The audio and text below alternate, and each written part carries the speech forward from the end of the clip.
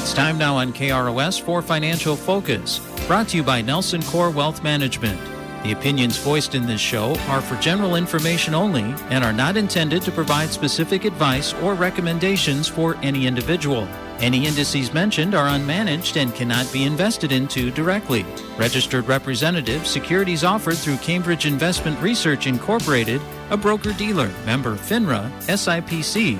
Investment advisor representative, Cambridge Investment Research Advisors Incorporated.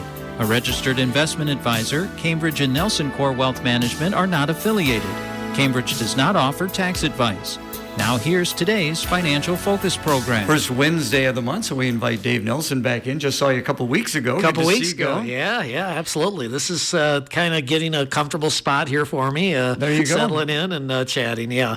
Unfortunately, I had to change it last month, so it was off kilter for those that aren't aware. So anyway, we're back in the rhythm, and the first Wednesday coming in and trying to make some sense out of what's happening as far as around the globe in the world that I exist in, the financial side of it. So anyway. And this month has 5 Wednesdays. Oh, holy cow. So we're not going to see you until a little bit later when we get into December. Sure. Your favorite time of year, they're rolling out the basketball. They right are, now. Yeah, it's fantastic. I again, continue to get questions from people. I still have probably maybe a third of my clients that'll bring it up. You getting all excited about basketball? Nope, I'm done. So we've got clients all over the country, and it's not like, the people in Atlanta know what David's doing as far as in his downtime in Clinton, Iowa. But, I'm going to miss it. There was a big question mark whether Prince of Peace would even have a team. I mean, this is becoming, I'm hearing this as far as 3 or 4 teams in our area that may or may not have a team.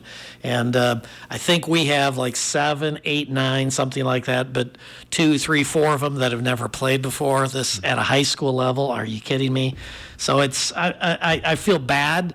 I'd love to be there and participating and trying to help them improve quickly because they're probably some really good kids. But anyway, that's reality today. I know across the board, volleyball numbers seem to be doing quite well in basketball. I know it's a lot more difficult. It's as far as the what you have to go through as far as the effort, and I don't know if that's scaring people off or what, but something certainly is. I had heard from one of the coaches. I asked them, why is volleyball doing so well? Basketball numbers are down. And she said, well, I think it's primarily because it is the girls' sport. They don't have boys who compete in volleyball. They kind of compete, with the basketball and some of the other sports, but volleyball is kind of truly theirs. Huh. Good point. That's possible. I got into a little bit of a disagreement with a gentleman out in Lisbon concerning that, and my conclusion was we don't want to work as hard today across the board, and subsequently basketball is much more demanding. So maybe they're right and I'm the wrong one, and it's probably a combination of a whole bunch of different things. But it does free you up to go watch the Iowa women now. Yeah, I'll be settling in as far as out there. And last year was the first year out of coaching, and so my wife and I decided to take in a few games back before everybody and their brother wanted to attend games as far as the women basketball team, as far as University of Iowa team. And so anyway, we went to 6 games, had a great time. And again, for those that don't know, I'll give you the abbreviated version. We went to the Big Ten tournament, watched all those games. We had front row. We were able to get there early, and there's no seat assignment, so I'm there 2 hours plus early, and I want good seats. I want to be able to see. Then we went from there up to Seattle. We watched the tournament there and then went down to the Final Four. This year we have season tickets, so we're going to be taking in several games. I don't know if we'll get all of them, but we'll probably get the lion's share of them. And again, it's quite an experience.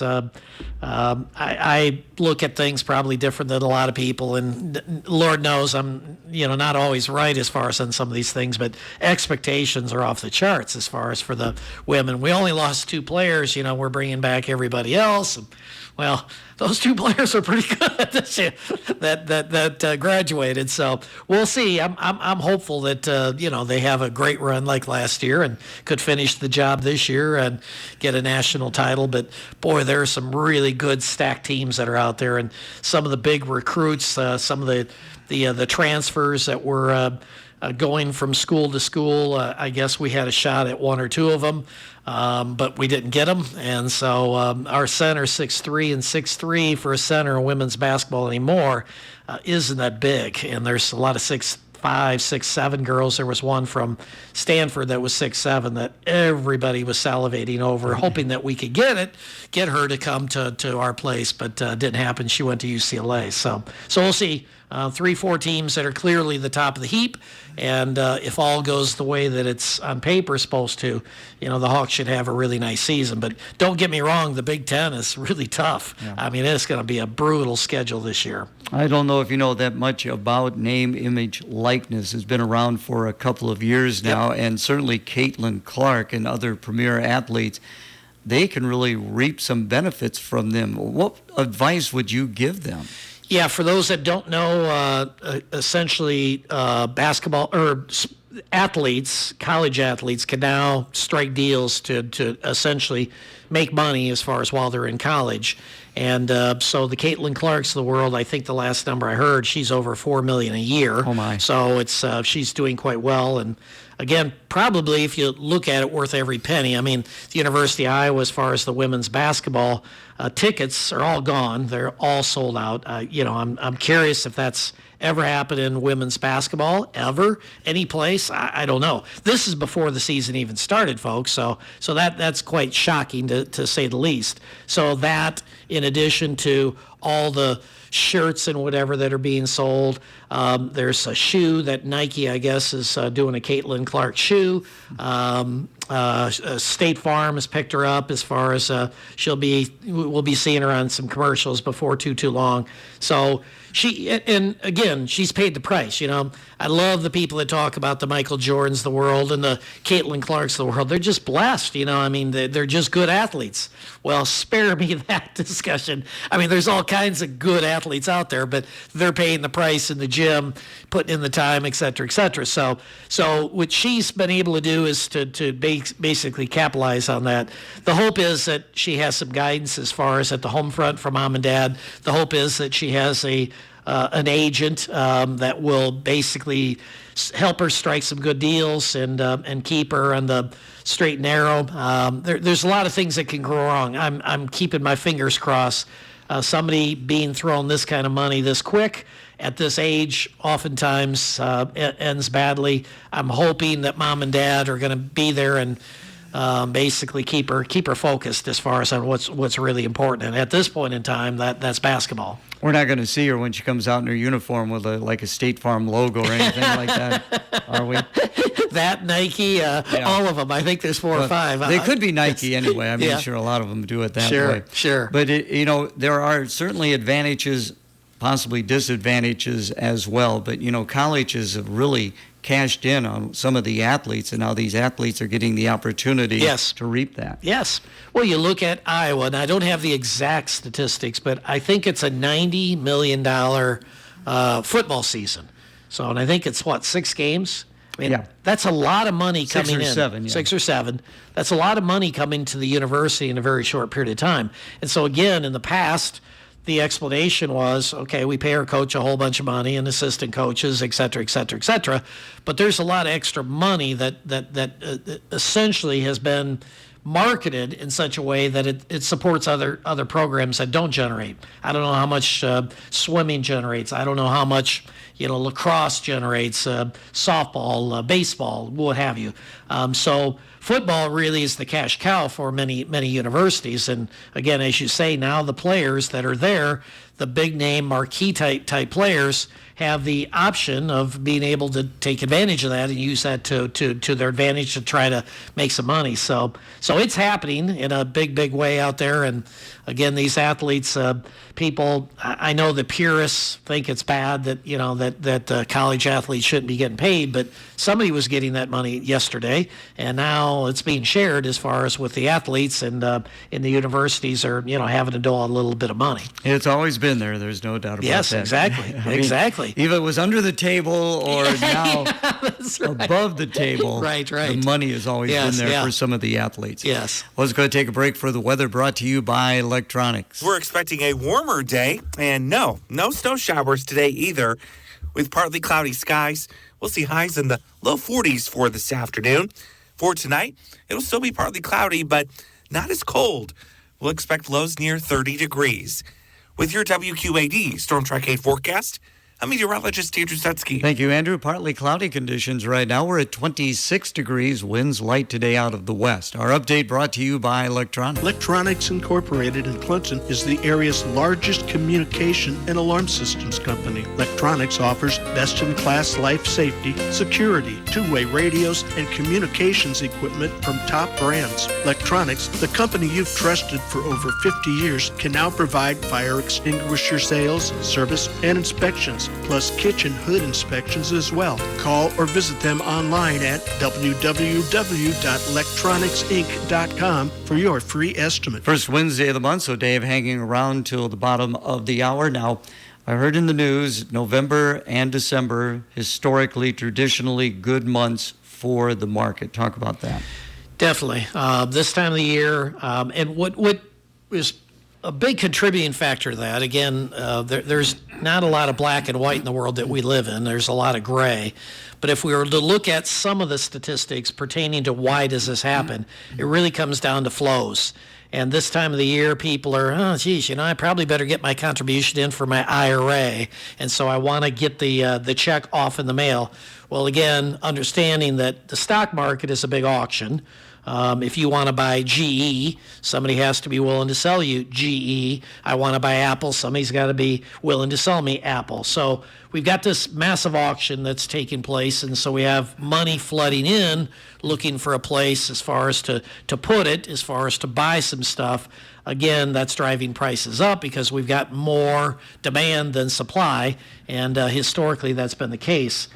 What's different maybe this year, and again, I don't want to be real negative as far as on things. It's we're not paid to have our head in the clouds. We're not paid to be negative all the time. It's the paycheck basically centers around trying to be right more than you're wrong. And when you look at the situation right now, especially after yesterday, as far as some of the strikes that took place over in Israel, and the world is really getting upset. Part of the world, I should say, is getting upset over this. It's hard to say what's going to transpire. And boy, I hope we don't, find ourselves in the middle of a, bad situation. And it seems day by day it's potentially getting worse.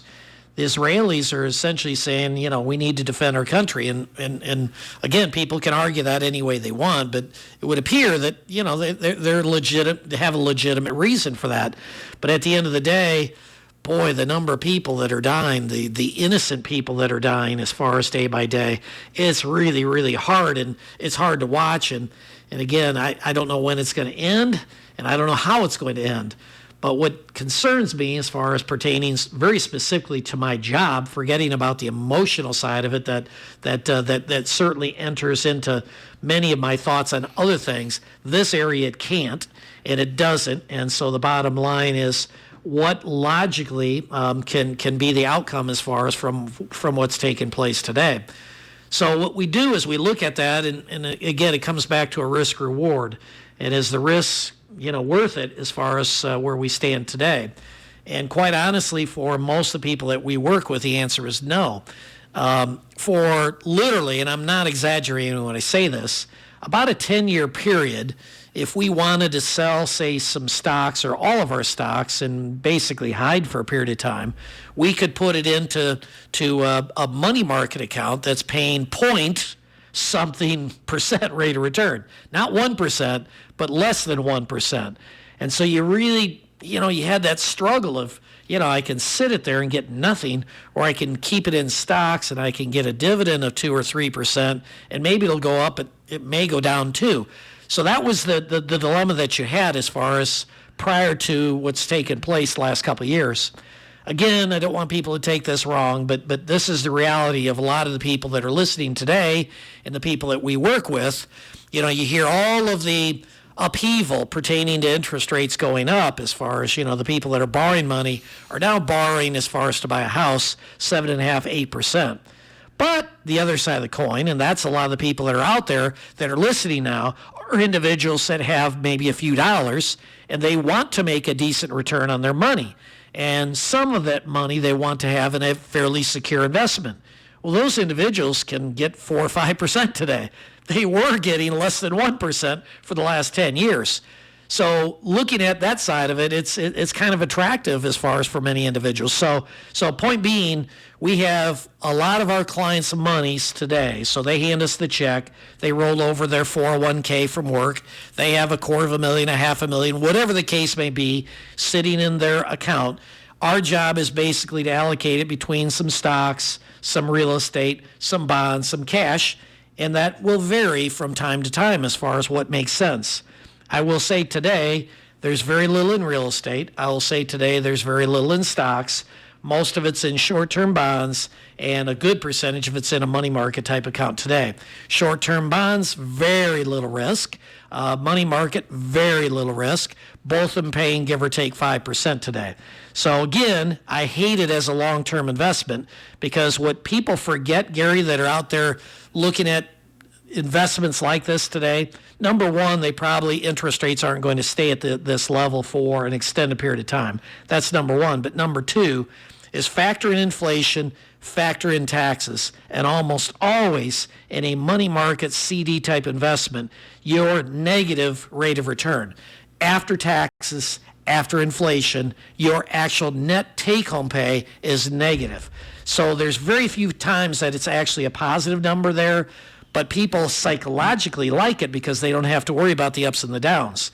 But we tell people all the time, you got to make 6, 7, 8% on your money, period, to stay ahead of taxes and inflation. That is if you want to eat. And you say, well, what the heck does that mean? Well, that means you have to have a little extra to be able to go out and do things. I want to buy a new car, let's say. I want to travel a little bit. I want to go out to a few restaurants occasionally. Well, the only way you're going to be able to do that is you have to stay ahead of inflation and taxes.